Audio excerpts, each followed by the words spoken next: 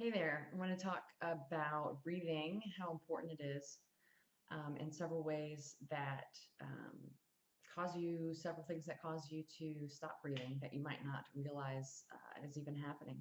And then at the end, I want to do a little 2-minute breathing exercise. So, we all know breathing is super important. You can live without water, food, sleep, things like that, but without breath, you're dead in a couple minutes. So, we all know for cardiovascular health, your brain, everything, every cell in your body does better with proper breath. And improper breathing can cause lots and lots of health problems. So, it's a pretty serious thing, not only getting the good stuff in, but also getting, the bad stuff out. And most of us tend to, a lot of times, stop breathing right here. Like if we get scared, our breath stops right here.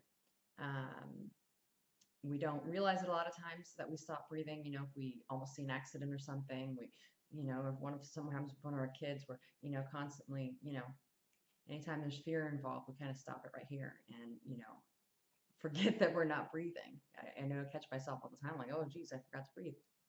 Um, and sometimes if we try to breathe deep, we will breathe right here in the chest and then stop there.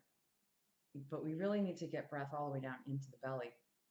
And then belly actually needs to extend out when we're breathing, not sucking in like sometimes we tend to do. So I just want to go over a couple of 5 ways that we stop breathing and not realize it. And the first one is watching the news. I fortunately haven't watched the news in years, and I only catch it if I go to a local restaurant or something. Everyone seems to have the news on.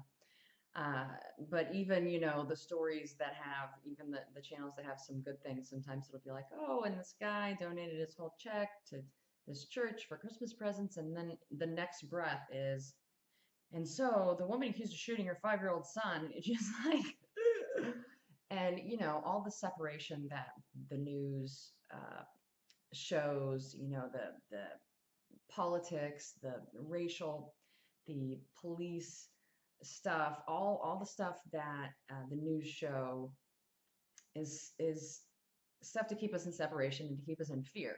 And so it is normal to be watching the news and not breathing. It's very difficult to breathe through the stuff that they show you on the news. The second thing that causes us to quit breathing is driving. I remember when driving used to not be so dramatic, but I mean, now we have sign spinners out there. We have billboards that light up and flash and flip and change. Um, we have the police will put like wrecked cars on the side of the road for you to see. I guess that's supposed to help you not drink and drive or something. I don't know. It just scares the shit out of most people, and causes me to not look at the car in front of me. And I swear it's like you see construction signs that are flashing saying keep your eyes on the road. It's just so much obnoxious stuff going on when you're driving. So that's the second one. The third one is emails and texting. That will oftentimes, if you hear that text, you wonder who it is, or if you don't hear that text and you are, checking your phone, are they going to text? So what are they going to say? What are they, that constantly keeps you in the breath. And emails, it's almost impossible in the corporate world today, and people want responses so quickly. And so when that email comes up, it's like, what's that, who's that? So that's the third way. The fourth way is notifications in general. My phone, I can't stand that thing. I try not to have it with me much, but there are so many notifications for everything. Like Craigslist feels the need to notify me that people have posted new things today. Like, no shit, it's Craigslist. People post all the time. I don't need a thing to ding and say, Craigslist, people are posting, it's the constant. There's always some sort of a notification on your phone if it's an email, or even, your laptop. You need an update, and Norton won't let you shut their thing down, and it's just this constant. pop-up notifications of things that usually mean nothing, but they keep you, you know, constantly. And the last one kind of probably ties into everything is marketing.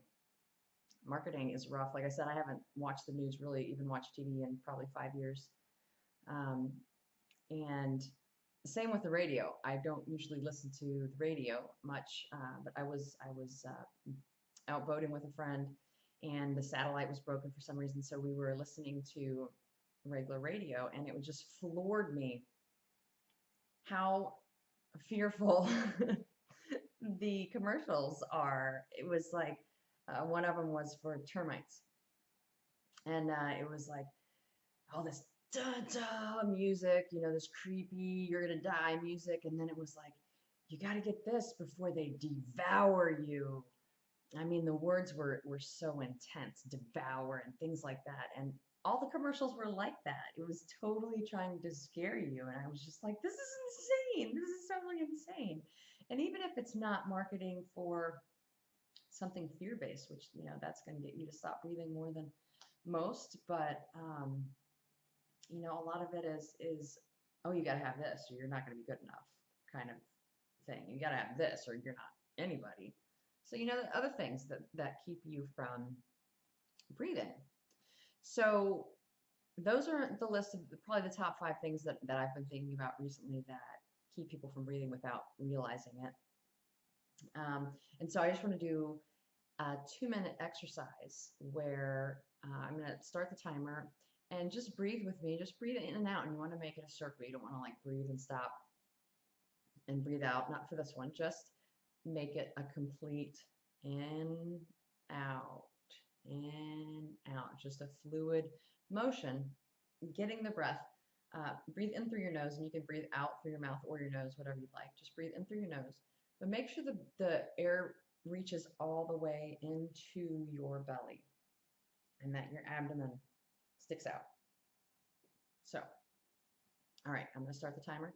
You might be shocked that you can't keep up for 2 minutes because it doesn't sound like a long time, but just try to. So, here we go.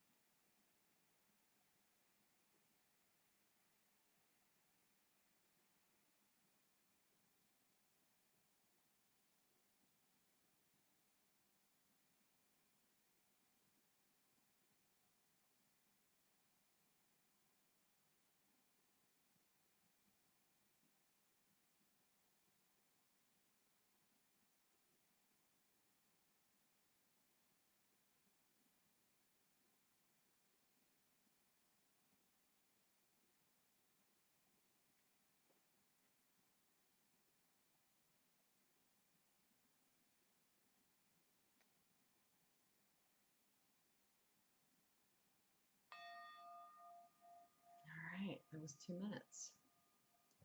Doesn't seem like a long time until you do it. But anytime you can come back to your breath, if you can do a couple of minutes, even a day, it's going to help tremendously with everything, with any kind of anxiety, health stuff, just wellness in general, anything going on in your life, it will make better breathing correctly and slowing down your breath and really connecting your mind with your body. And a lot of what that does is, our minds, there's so much going on in our lives, so much to think of, so much to do these days that we don't focus on our breathing. And when you're in your head and you're dealing with the anxiety or worrying about the things, it's what causes you to stop breathing so much. And so what it's doing is connecting your mind and body, and you're just focusing on the breathing, which is bringing your mind to your body and connecting the two. It's kind of like living in the now, being in the moment.